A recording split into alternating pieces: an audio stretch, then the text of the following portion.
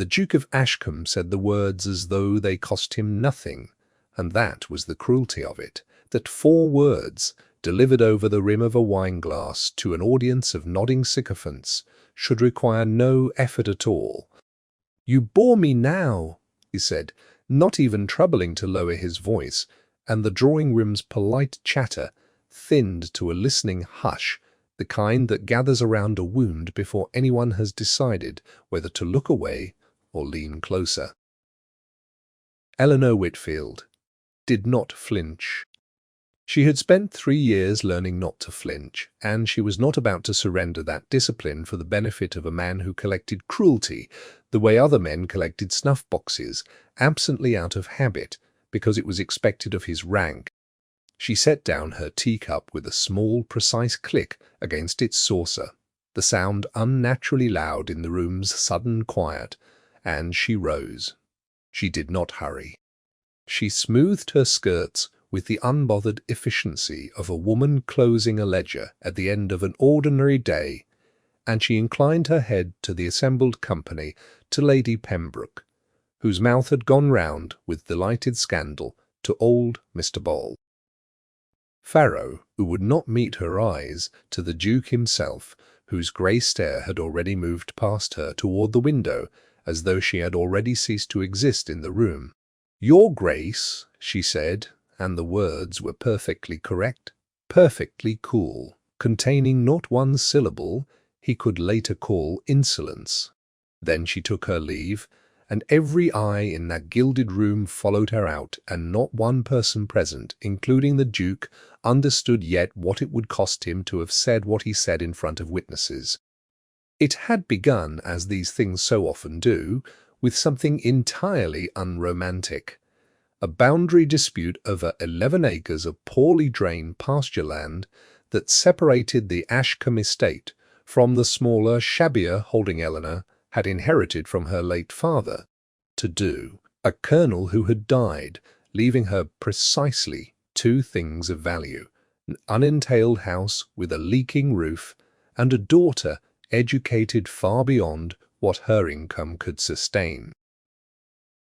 The Duke's steward had sent a curt letter regarding a ditch that wanted digging, the water pooling on the Ashcombe side, and threatening to rot the roots of a hedgerow his family had planted 3 generations back.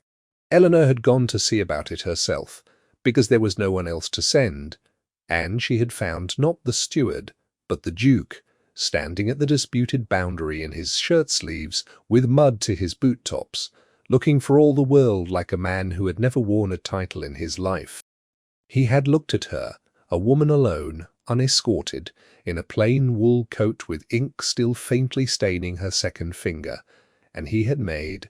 in that instant, the misjudgment that would define the whole of what followed. He had assumed her a tenant's daughter come to plead some grievance, and he had spoken to her with the brisk, impatient courtesy men reserve for people whose concerns they intend to resolve quickly and forget entirely. "You may tell your father," he had said, "that the ditch will be dug within the fortnight, and that in future he ought to send word through proper channels, rather than send his daughter traipsing across wet fields." Eleanor had looked at him for a long moment, aching in the mud, the impatience, the assumption, sitting so comfortably on his features that he had clearly never once questioned it, and she had said, "I shall relay that to my father's steward, though I confess he may find it curious counsel, seeing as I am the only proprietor left to send." The Duke had gone very still. It was, she would later understand, the particular stillness of a proud man realizing he has erred before an audience of 1, which is somehow worse than erring before a crowd, because there is no crowd's noise to absorb the silence that follows. He had not apologized. That, too, would become a pattern worth noting. He had instead asked her name with the wary precision of a man recalculating a sum, and when she gave it, Miss Eleanor Whitfield, of Colonel Whitfield's house, the one with the bad roof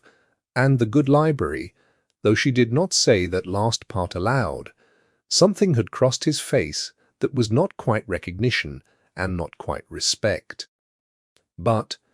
adjacent to both, a man filing away a fact he intended to examine later at his leisure. The ditch was dug within the week, as promised, but it was dug by his own men, under his own supervision, and Eleanor, watching from her side of the boundary line, with a basket of mending balanced on her hip, understood that this was not generosity so much as a man correcting a ledger entry. She did not go down to thank him. She had learned in 3 years of managing an estate too small to properly support her, and a name too good to let her sink beneath her station entirely, that gratitude offered too readily was often mistaken for something else,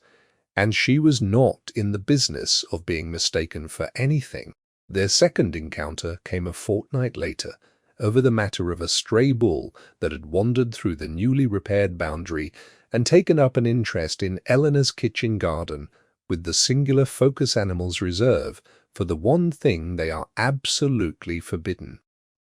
She had gone out herself with a broom, and a great deal of unladylike language kept carefully behind her teeth, and had managed, through a combination of patience and a well-aimed handful of gravel, to herd the beast most of the way back toward Ashcombe Land before the Duke himself arrived on horseback, clearly having ridden hard the moment word reached him, and reined in to find his prize bull being managed by a woman in a garden apron with dirt on her hem, and an expression that suggested she had rather less patience for dukes than for bulls. "You ought to have sent for my men," he said, dismounting, and there was an edge in it that might have been concern dressed as reproach, though Eleanor did not credit him with concern just yet. "Your men," she said, "were a half-hour distant, and the bull was considerably nearer my cabbages." He had looked at the cabbages, and then at her, and something in his face had shifted, not warmth, not yet, but the beginning of an accounting, a man revising a column of figures he had thought closed. "You are not afraid of him," he observed, and it was not quite a question. "I am not afraid of very much that can be reasoned with by gravel," she said, and for the first time she saw the corner of his mouth move, some restrained cousin of a smile that he seemed to catch and discipline back into place before it could fully arrive. He thanked her properly this time, with her name attached to the thanks, and he rode off with his bull on a lead rope, and Eleanor returned to her cabbages with the distinct and unwelcome sensation that she had just been looked at, truly looked at. The Duke of Ashcombe had not always been a man who dismissed people over the rims of wine-glasses. Those who remembered him from before, and there were fewer of them each year, for grief has a way of thinning a man's old acquaintance, even as it thickens his new ones of the sycophantic variety, recalled a young man who had laughed easily and given generously, and courted for 2 brief golden years a woman named Marguerite, who had died of a fever in the same month. She was meant to become his duchess. He had buried her in the family plot beneath a headstone. He had commissioned himself,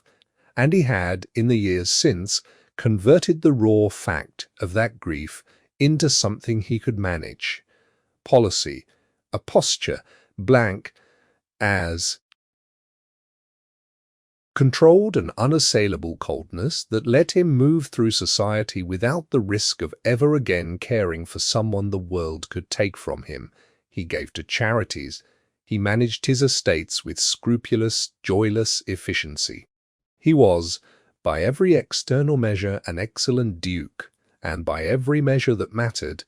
a man who had quietly closed the largest room in his own house and pretended the door had never existed. His widowed aunt, Lady Cordelia Ashe, who had taken up permanent residence at Ashcombe following her own husband's death, and had appointed herself the household's unofficial conscience, was the only person alive who dared say to his face what everyone else only thought behind their fans. "You have made yourself very safe, Julian," she told him once over a hand of cards. She was soundly winning.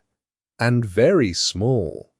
I do hope you're enjoying the view from in there." He had not answered her. He rarely did, when she was right. It was Lady Cordelia who first noticed the shift some weeks into the Ditch and Bull acquaintance, when she observed her nephew standing at his study window rather longer than the view of the drive strictly warranted, and inquired, with the deceptive mildness of a woman about to deliver a blow, whether he was expecting a caller or simply admiring the hedgerow. "Neither," he said too quickly, and Lady Cordelia had smiled the smile of a woman who has just confirmed a suspicion and intends to enjoy it privately for as long as possible before spending it. She had made inquiries of her own, in the way such women do, a word to her maid, a word to the vicar's wife, a very careful word to Eleanor herself over tea, ostensibly about parish charity, but circling with the patience of a woman who had orchestrated 3 of her own children's marriages. Ever closer to the subject of the Whitfield estate and its solitary, capable mistress, she found in Eleanor precisely what she had suspected she would find. A young woman of good family and diminished fortune, educated in Latin and household accounts alike by a father who had believed daughters deserved the same rigor as sons. Now managing a leaking roof and a modest income, with a competence that would have shamed men twice her age and half her sense. "You have no one to advise you," Lady Cordelia said, not unkindly, and Eleanor had replied, "I have myself, which I have found sufficiently reliable." And Lady Cordelia had laughed a real laugh, delighted and unguarded, and gone home to tell her nephew, in the driest tone she could summon, that he had gone and noticed a woman who did not require noticing to survive, and that this was, in her considerable experience, precisely the sort of woman a man like him ought to marry, and precisely the sort he was most likely to ruin through sheer thick-headed pride if he did not take care. He did not take care. That was the trouble with pride grown comfortable in its habits. It did not announce its own danger until the damage was already spoken aloud. The autumn assembly at Pembroke Hall drew the whole county together under one roof for an evening of dancing and gossip in equal measure, and Eleanor attended, because Lady Cordelia had personally insisted upon it, arranging with the quiet tyranny of a woman who always got her way, that Eleanor should be seated near the Ashcombe party and included, without quite seeming included, in the general conversation. The Duke had watched her across the room for the better part of an hour before approaching, and their exchange, about drainage, of all things, and then about a book of estate accounts she had mentioned, reading for want of anything better, and then, dangerously, about nothing of consequence at all, simply the easy back and forth of 2 people who had each, without meaning to, begun to enjoy the shape of the other's mind, had drawn precisely the attention such things always draw in small, watchful societies.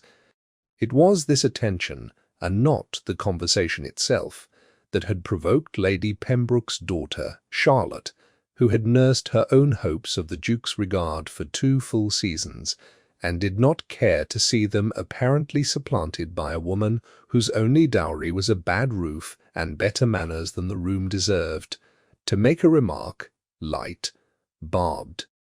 delivered with the particular venom only available to women who have perfected the art of smiling while they wound about certain persons attending assemblies above their station, in the evident hope of catching what they could not otherwise afford. The Duke had heard it. Eleanor had seen him hear it, had watched the muscle along his jaw tighten, and for one suspended moment she had believed, foolishly, that he might say something in her defense. He had not. He had said nothing at all, which was its own kind of answer, and the silence had sat between them like a held breath. Neither party knew how to release, and it was into that silence some minutes later, over the wine that had been poured too readily and drunk too quickly by a man uncomfortable in his own skin, that he had said the 4 words that would send Eleanor from the room with her chin up and her hands steady and her heart, though no one present could have seen it, breaking very quietly beneath her bodice. "You bore me now." He had said it to deflect, to reassert the distance Charlotte's remark had threatened to collapse, to prove to the watching room that whatever had passed between himself and Miss Whitfield was nothing at all, was the idle boredom of a great man momentarily diverted by a small one. He had said it, in short, out of the same cowardice that had kept his study door closed for 6 years, and he had not understood, in the saying of it, that a man may protect his heart so thoroughly that he forgets it is still capable of being wrong. Eleanor did not cry. When she reached home, she had promised herself, somewhere in the long walk back with her maid trailing anxiously behind her, that she would not give the Duke of Ashcombe the satisfaction of her tears, even in his absence, even in the privacy of her own bedroom, because tears were a kind of currency, and she did not intend to spend any more of hers on a man who had proven, in 4 careless words, precisely how little her company had ever meant to him. She sat instead at her father's old writing desk, the one with the ink-stained blotter she had never replaced, because replacing it felt like erasing him, and she opened her account books and worked through the autumn ledger with a fierce, deliberate concentration. It could not, quite, but it gave her hands something honest to do, while the rest of her settled, slowly, into a colder and more useful anger than the raw hurt that had carried her out of Pembroke Hall. The house at Ashcombe, meanwhile, had gone very quiet in a different key. Lady Cordelia did not speak to her nephew for 3 days, which was, in a household where she ordinarily filled every silence with opinion,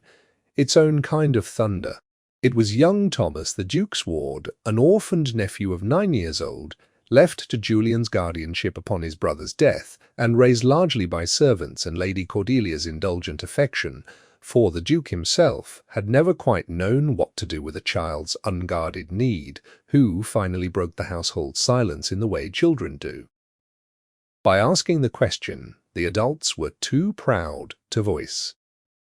He had grown fond of Miss Whitfield over the summer, for she had a habit, when she called on parish business, of speaking to him as though his opinions mattered, rather than merely tolerating his presence. And she had once spent the better part of an afternoon helping him identify birds' nests along the boundary hedge with a patience no one else in his small orbit had ever quite extended him. "Uncle," Thomas said, over a supper the Duke was not eating, "why does Miss Whitfield not come any more?" The Duke said something non-committal about the lady being occupied with her own affairs, and Thomas, with the devastating directness particular to children who have not yet learned to disguise their disappointment, said, "Did you say something unkind to her?" "Cook says you did." Cook says the whole assembly heard it. The Duke set down his fork. "Cook," he said, "ought to attend to her kitchen and leave gossip to those better suited to it." But he did not deny it, and Thomas, watching him with the clear-eyed scrutiny only the very young and the very old seemed to possess, said quietly, "I liked her very much." "I hope you did not ruin it," and excused himself from the table before pudding, leaving the Duke alone with a plate he no longer wanted, and a silence considerably louder than any words could have been. It was Lady Cordelia who at last broke her own 3 days of silence, cornering her nephew in his study, with the particular ruthlessness of a woman who loved him too much to let him remain comfortable in his own cowardice. "You have spent 6 years," she said without preamble, closing the door behind her so the servants would not overhear what she intended to say, "building yourself a very handsome cage, Julian, and calling it dignity. I watched you do it after Marguerite. I said nothing, because grief must be allowed its season, and because I loved you too much to begrudge you the shelter. but I will not watch you do it again to a woman who has done nothing to deserve it, simply because you have forgotten how to trust that caring for someone need not end in losing them." The Duke's jaw had tightened in the way it always did when a truth landed too near the bone. "I do not know what you imagine occurred," he said. "I imagine," Lady Cordelia said, "that you found yourself for the first time in 6 years in danger of feeling something you could not control,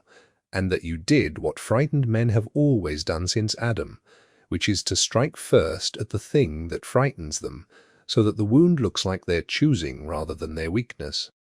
I imagine you called a woman boring in a room full of witnesses because it was easier than admitting she had stopped boring you months ago and had, in fact, become rather essential to your peace of mind. Am I close, Julian?" He did not answer her, which she took, correctly, as an admission far more complete than any words could have offered. The public test came a fortnight later, at the harvest fair the parish held each autumn on the green outside the church, an event too thoroughly woven into the fabric of local life for either party to avoid without remark. Eleanor attended, because not attending would itself have been a statement she refused to make, and the Duke attended because his position required it of him, and the two of them moved through the crowded green like planets whose orbits had been carefully, painfully recalculated to never quite intersect. It was Charlotte Pembroke, emboldened by what she took to be the Duke's evident indifference toward Miss Whitfield since the assembly, who provided the test neither of them had sought.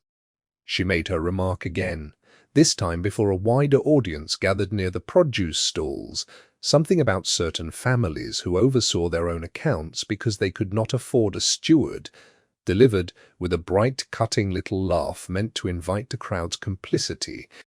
And this time, the Duke did not stay silent. This time, something in him, some accounting finally settled, some ledger finally balanced against 6 years of careful cowardice, moved him to speak before he had quite decided to. "Miss Whitfield manages her estate," he said, in the flat, factual tone he used for matters of business, "with greater efficiency than half the stewards in this county, myself included on certain quarters, and I would count myself fortunate to number such competence among my own affairs."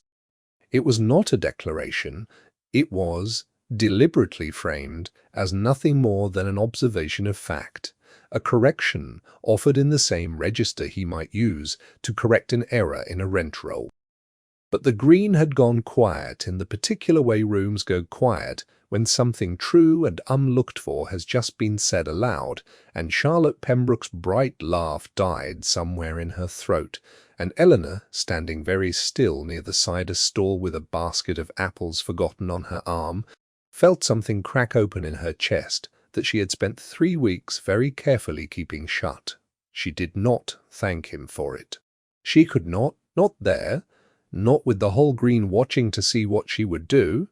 and so she did the only thing her dignity would permit, which was to nod once briefly in acknowledgment and continue on to the cider stall as though nothing at all had passed between them. But that night, alone at her father's writing desk, she found she could not concentrate on the ledgers at all, and she sat for a long while, simply looking at the lamp burning in her own window, thinking of the light she had sometimes seen burning late in the Ashcombe study across the fields. With a caution she distrusted even as she indulged it, whether a man might defend a woman's competence in public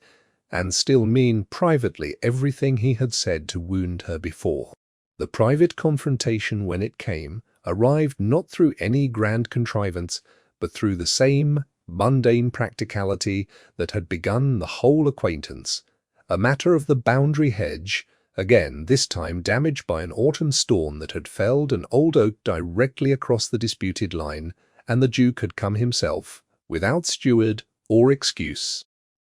ostensibly to survey the damage, but in truth because he had exhausted every reasonable pretext for staying away and found he no longer wished to invent more. He found Eleanor already there, assessing the fallen tree with the same brisk competence she brought to everything, and, for a long moment, neither of them spoke, the wreckage of the oak lying between them like the wreckage of everything unsaid since the assembly. "I owe you an apology," he said at last, and his voice, when it came, held none of the careless authority she had first encountered at this same boundary months before. "Not for the tree," he added, with the ghost of that same restrained, almost smile she had seen once before over the matter of the bull, "though I shall have that seen to as well for the assembly. For what I said, and for the cowardice that made me say it." Eleanor said nothing, waiting, because she had learned that an apology offered too easily was often as hollow as no apology at all, and she wanted to hear whether his would hold its own weight. "I was not bored," he said, and each word seemed to cost him something, drawn up from some deep and long-sealed place. "I have not been bored in your company since the day you told me I had no father's steward to lecture, because there was no father left to send one to. I said what I said because Charlotte Pembroke's remark frightened me more than I could admit, and because I have spent 6 years arranging my life so that nothing could frighten me in that particular way again, and it was easier in that moment to wound you." Eleanor's hands, which had been resting on the ruined bark of the fallen oak, went very still. "You let a room believe I meant nothing to you," she said, "to protect yourself from admitting I meant something.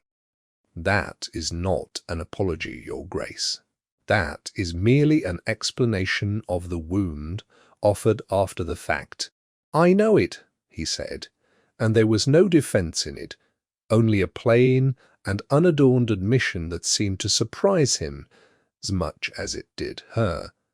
"I do not ask you to accept it as sufficient. I ask only that you allow me to say it plainly, once without the cowardice this time. I was wrong, and I knew I was wrong the moment the words left me,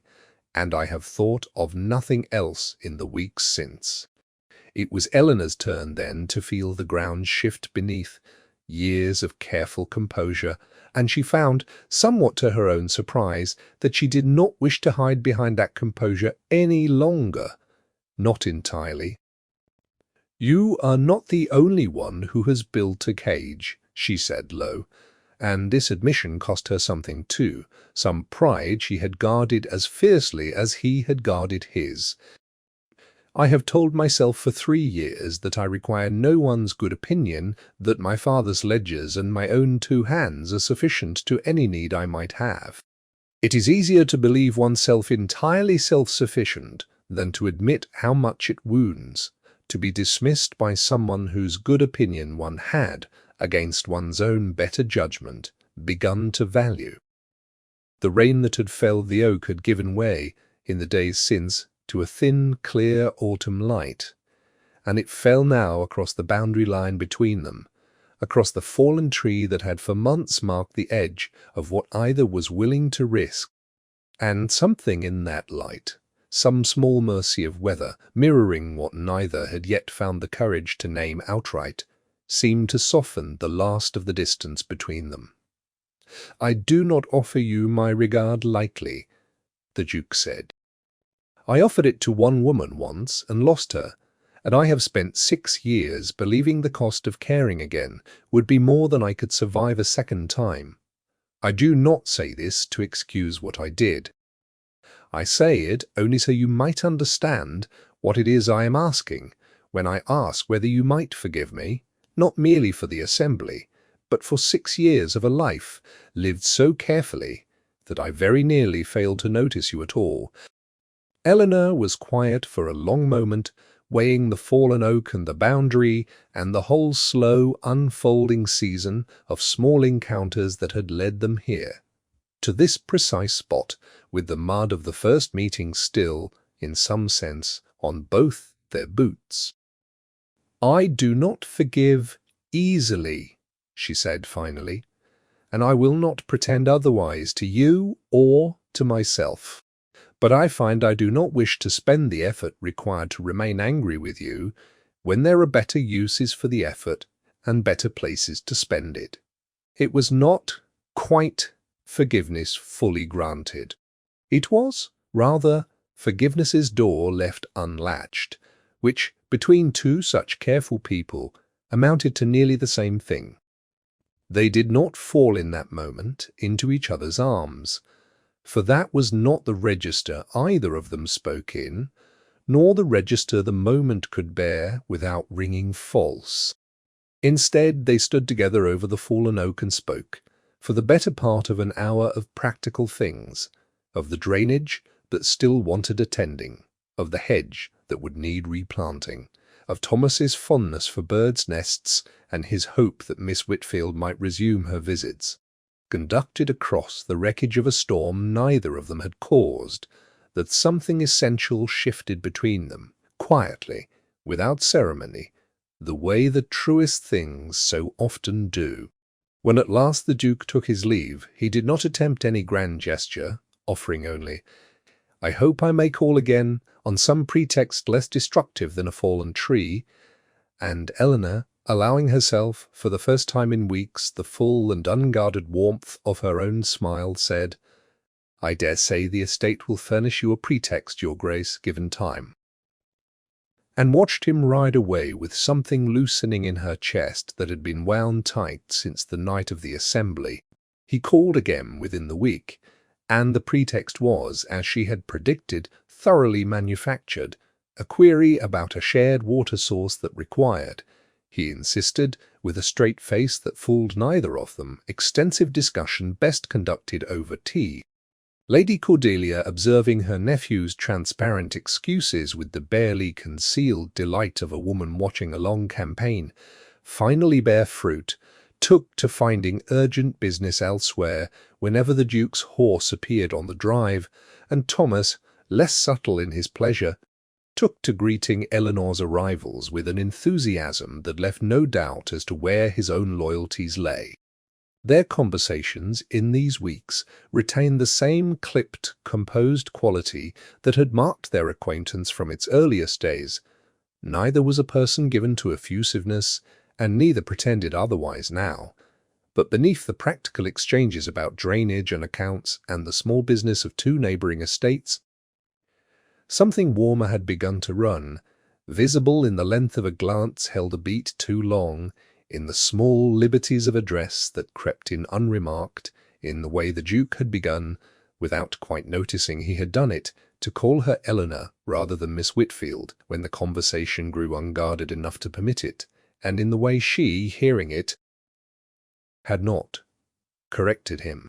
It was Lady Cordelia who orchestrated, with the deft, invisible hand of a woman who had spent decades perfecting the art of appearing to do nothing while accomplishing everything, the evening that would bring matters to their quiet culmination. She arranged a small supper at Ashcombe, ostensibly to discuss the parish's winter charity subscriptions, and ensured, through a series of perfectly innocent-seeming excuses, that the Duke and Eleanor found themselves alone in the long gallery after the meal, ostensibly to examine a portrait of the Duke's grandmother that Eleanor had once admired. While Lady Cordelia herself retired, with a suddenness that fooled no one, to attend to some pressing correspondence that could not possibly have been so urgent as she claimed. The gallery was lit only by a scattering of candles, and the portraits of long-dead Ashcombes looked down upon the two of them with the mild, unbothered patience of the dead, observing the living make the same mistakes and discoveries their ancestors had made before them. "My aunt is not subtle," the Duke observed, and Eleanor, examining the portrait with rather more attention than it strictly required, said, "No, Your Grace, she is not, though I confess I have not yet decided whether to be grateful or embarrassed on her behalf." "Perhaps both," he said, "as I find myself feeling both in equal measure and rather more of the former than I would care to admit." They stood a while longer before the portrait, the candlelight moving softly across old paint, and then the Duke said, with none of the practised ease he brought to matters of his state, and considerably more hesitation than Eleanor had ever heard from him, "I find I am not skilled at this. I courted once, many years ago, and I do not recall it requiring such effort, though I suspect that is because I did not then understand what I was risking, and now I understand it altogether too well." Eleanor turned from the portrait to look at him fully, and found in his face none of the cool remove she had first encountered at the boundary line, only a plain and unguarded uncertainty that suited him, she thought, rather better than the coldness ever had. "I do not require grand speeches, Your Grace," she said. "I have found in my experience that the grandest speeches are often the least reliable indicator of a man's true feeling. I would rather have the plain truth, however imperfectly delivered." "The plain truth, then," he said, and here his voice, though quiet, did not waver. "I do not know how to say it in the manner it deserves, so I will say it as I would state any other fact I have come to know beyond doubting. I have come to depend upon your good opinion in a manner I did not anticipate and cannot now imagine relinquishing. I would like, if you will permit it, to spend the whole of the rest of my life in the position of a man who need never again wonder whether you might leave a room because of something careless I have said, because I intend to take far greater care from this day forward that you should never have cause to." It was not by the measure of poets an especially romantic declaration.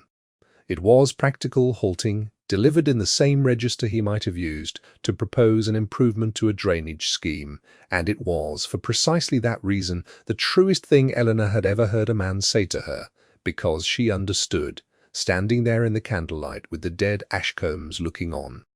that this was a man who did not know how to perform feeling,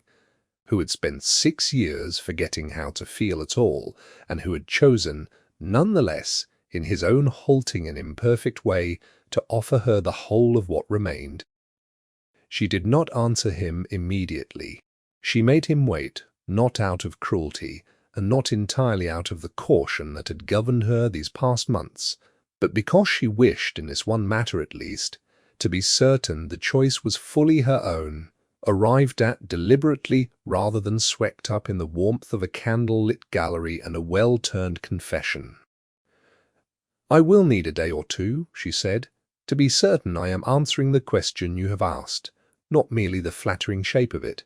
The Duke, to his credit, did not press her, though something in his face tightened briefly with the old fear of loss before he mastered it. "Take what time you require," he said. "I find, somewhat to my own surprise, that I have grown rather better at waiting than I once was." She took 2 days, and she spent them not at her writing desk with the ledgers, but walking the boundary line between the 2 estates, from the ditch that had begun it all to the fallen oak that had ended the worst of it, turning over in her mind the whole slow architecture of what had passed between herself and the Duke of Ashcombe since that first muddy misjudgment.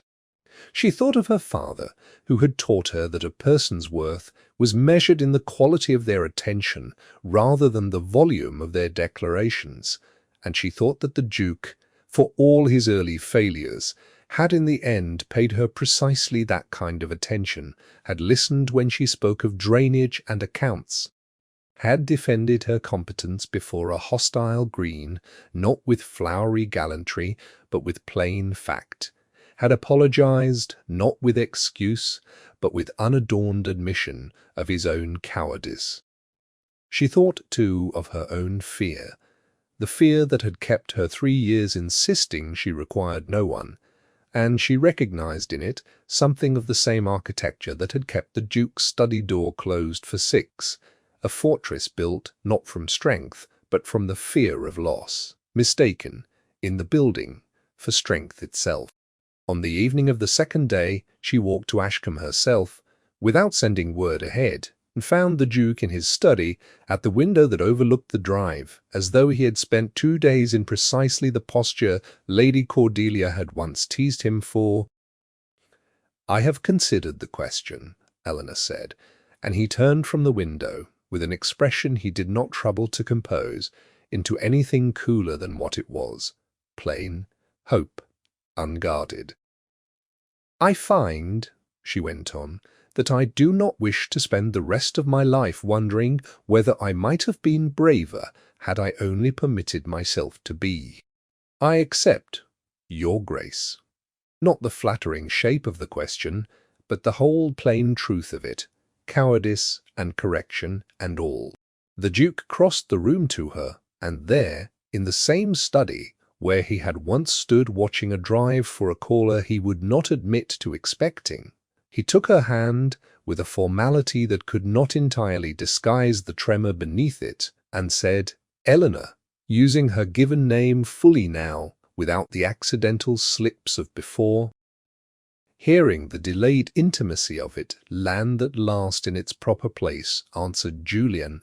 and something in the room settled, as though a long-held breath had finally been released. They were married the following spring, in the small parish church that had witnessed the harvest fair, where he had first defended her before the county's watching eyes, and Thomas, grown rather taller and considerably more pleased with himself over the intervening months, served as the small ceremony's most vocal well-wisher, informing anyone who would listen that he had known, practically from the very first bird's nest, how the whole matter would resolve itself. Lady Cordelia wept through the entire service, and denied it afterward with magnificent unconvincing dignity, and the boundary hedge between the two estates, replanted the previous autumn, where the storm had felled the old oak, had already begun by the time of the wedding to show new growth along the line that had once marked the whole distance between two proud and careful people, and now marked nothing at all, the two estates having been quietly, practically, permanently joined. Years settled over Ashcombe the way a good season settles over well-tended land, deepening rather than diminishing what had been planted. Eleanor did not abandon her ledgers upon her marriage, as many had assumed she would, but brought her father's rigorous accounts to bear upon the whole of the Ashcombe estate, and the tenants, who had grown accustomed to a duke who managed his affairs with joyless efficiency, found themselves now served by a household run with a warmth and competence neither partner could have achieved alone. Thomas grew into a young man who still, on quiet evenings, could be persuaded to walk the boundary hedge with his aunt by marriage in search of birds' nests, a habit neither of them ever outgrew nor wished to. And in the fullness of time, a daughter was born to the Duke and Duchess of Ashcombe, a dark-haired, solemn-eyed girl, who from her earliest years displayed a marked preference for her mother's account books over her nursery toys, and who was found, on one particular evening in her 6th year, standing at her father's study window at dusk, watching the lamp lit in the gatehouse across the fields, with the same quiet, unhurried attention her father had once turned upon a drive, waiting for a caller he would not yet admit to expecting. The Duke, coming upon his daughter at the window, asked her what she watched for so intently, and the girl, with the plain directness of a child who had inherited her mother's disregard for unnecessary ornament, said only, "The light, Papa. I like to watch it come on." The Duke smiled, a full and unguarded thing that would have astonished the man who once dismissed a woman across a crowded drawing-room with 4 careless words, and said, "So did I, once, though it took me far too long to understand what I was watching for." He took his daughter's small hand in his, and together they watched the lamp burn steady across the boundary that had once divided 2 estates and 2 proud, careful hearts, and now divided nothing at all, marking instead the quiet, settled, hard-won centre,